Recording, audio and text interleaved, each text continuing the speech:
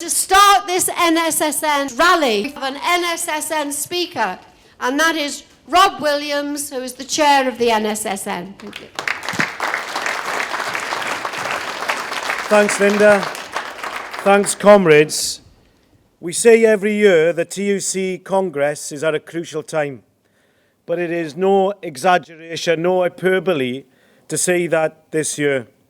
Perhaps not since in 2011, when the TUC met in London and set the date for the N30 pension strike, a public sector general strike of 2 million workers, as the main mass union action against Tory-led austerity. But in comparison with what we face now, that was almost straightforward.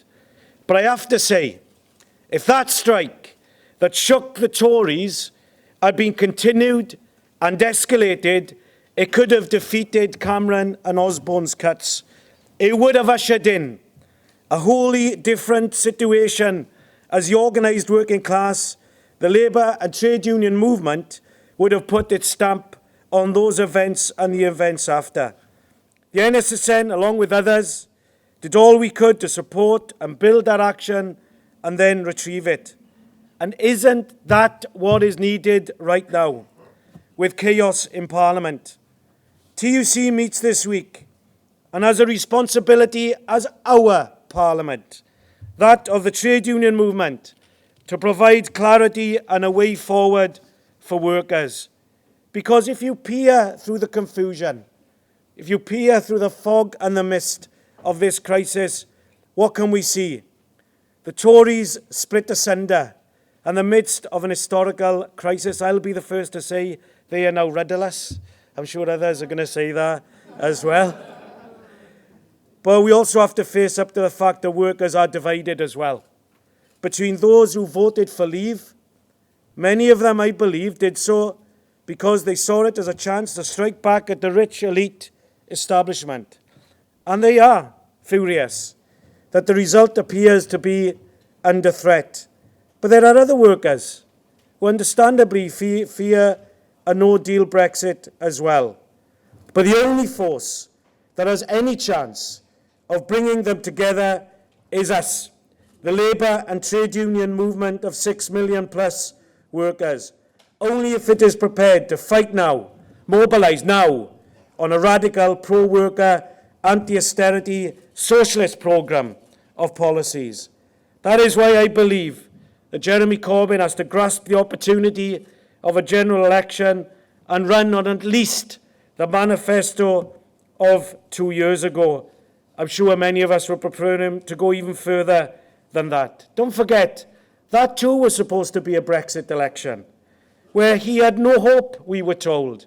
The May was walking through the mountains of Wales, unfortunately, and come up with the election date, but with policies of re-nationalisation, £10 an hour, minimum wage, the abolition of tuition fees, repeal of the anti-union laws, the election was transformed. Labour won 3.5 million more votes, and May was denied a majority, plunging the Tories into the crisis they are now. I believe if Jeremy did, as he has done already, by the way, in sending a video supporting the CWU workers, 100,000 postal workers that are balloting for national strike action. I'm sure of different views on Brexit, but if he said to them, vote for me in this election, and whatever you think about Brexit, I'm going to take Royal Mail into public ownership and secure your jobs and futures. Or the outsourced workers, we'll hear from them today in the civil service, the NHS, the councils, who fight in backdoor privatisation in the NHS as well, and said, we are going to stop outsourcing and bring you back in-house. And tell NHS workers and everyone else that Boris Johnson wants to sign a Brexit deal that will let the privatisers from the NHS from the US into the NHS. Yes, there are workers fearful of a chaotic no deal or a Boris deal, but the only way to ensure that doesn't happen is to confront all the Tories in an election, mobilise our movement to give us the best chance of winning.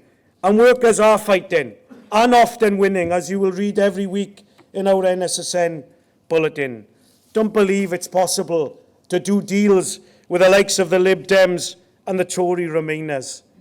On Friday in Evening Standard, Tony Blair called on Corbyn to put country before party, and I'm really sorry to say that unfortunately John McDonnell has repeated those words this morning. In whose interest did Tony Blair invade Iraq in a legal war? Or George Osborne, when he unleashed the most brutal austerity offensive on the working class for 90 years on the poor and vulnerable?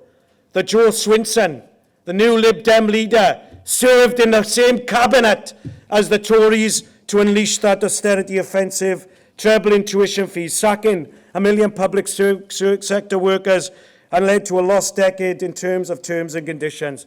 Are these a rebel alliance? I tell you the only rebel alliance, it's not Joe Swinson or Kenneth Clark or Amber Rudd. It's the Labour and trade union movement that is the real rebel alliance. A national unity government will ultimately serve the interests of the capitalist establishment and big business, not ordinary people like us, just like they did in the 1930s when Ramsay MacDonald left Labour to go with the Tories. They're not going to tolerate Corbyn's manifesto of 2017. They're not going to tolerate re-nationalisation and taking services back into public ownership. I believe that Jeremy should turn instead towards our movement. And I'm sorry to say this, that if he prevaricates, the Blairites will feel emboldened to entrap him because, let's be clear, they don't want an election, because they do not want a Corbyn government at this stage. They could live with a national unity government. God, there's some Blairites this year have been in 3 different parties in the same year, so they could tolerate that type of situations. We don't trust any Tories to negotiate for us. Would you trust the employer to negotiate for you in your workplace? Of course not. A general election gives us the chance to elect a new team of negotiators that can negotiate with the EU on our behalf, headed by Corbyn. That should be accountable to our movement, that we should be able to put demands on, to end the race to the bottom, to stop the EU rules on public ownership and state aid that would have been an obstacle to the 2017 Labour manifesto, but also protect our public services from the privatisers, whether represented in Washington or Brussels. A government that would guarantee the right for workers here from the EU and beyond to stay, could make international links, not to the EU, not to the governments across the world, like Trump, etc., but to the working class, to the trade unions, to our organisations fighting the neoliberal attacks across Europe and the world. Comrades, I'll finish with this thought. 2 years ago, NSSN supporters joined with many others in Manchester to celebrate the 200th anniversary of the Peterloo massacre. A brutal, a murderous assault on those mass ranks of workers and their families that became one of the cradles of our movement, and we have always stood in their and others' stead. And what do we learn? That the only force the workers can rely on is ourselves, organised both together and politically. It is the best way. That is the best rebel alliance that we can build. To organise together, to march together, and yes, if necessary, to strike together in mass numbers, to fight in a socialist programme, to show that we are still the most powerful force in society. And if we act, if we impose ourselves, we change the balance of society. We give confidence to workers to fight for a programme to get rid of the Tories and put a way forward for workers. Thank you very much.